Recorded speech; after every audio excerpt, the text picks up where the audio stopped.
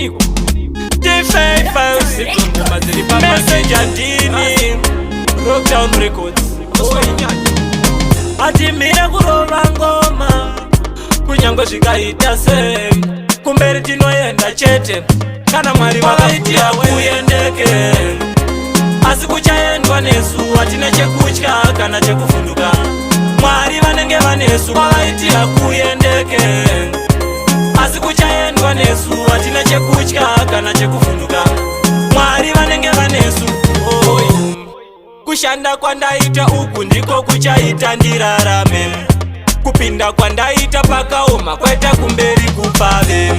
kunyangwe zvikaita sei rekwangu handikanganwe wilazi rova ngoma kunoenda vamwe sokizazareyendeke asi kuchaendwa nesu hatina chekutya kana chekuvhunduka Mwari vanenge vanesu kwavaitira kuyendeke asi kuchaendwa nesu hatina chekutya kana chekuvhunduka Mwari vanenge vanesu amusima kunyanya kunyangwe zvikaita sei tinongorova mangoma chete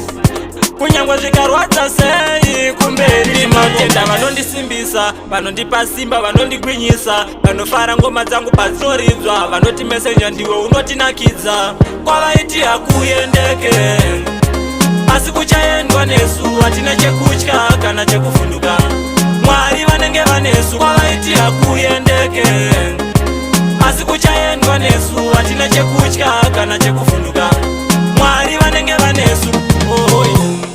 kushanda kwandaita uku ndiko kuchaita ndirarame kupinda kwandaita pakaoma kwaita kumberi kupave kunyangwe zvikaita sei rekwangu handikanganwe wilazi rova ngoma kunoenda vamwe sokizazareyendeke asi kuchaendwa nesu hatina chekutya kana chekuvhunduka Mwari vanenge vanesu kwavaitira kuyendeke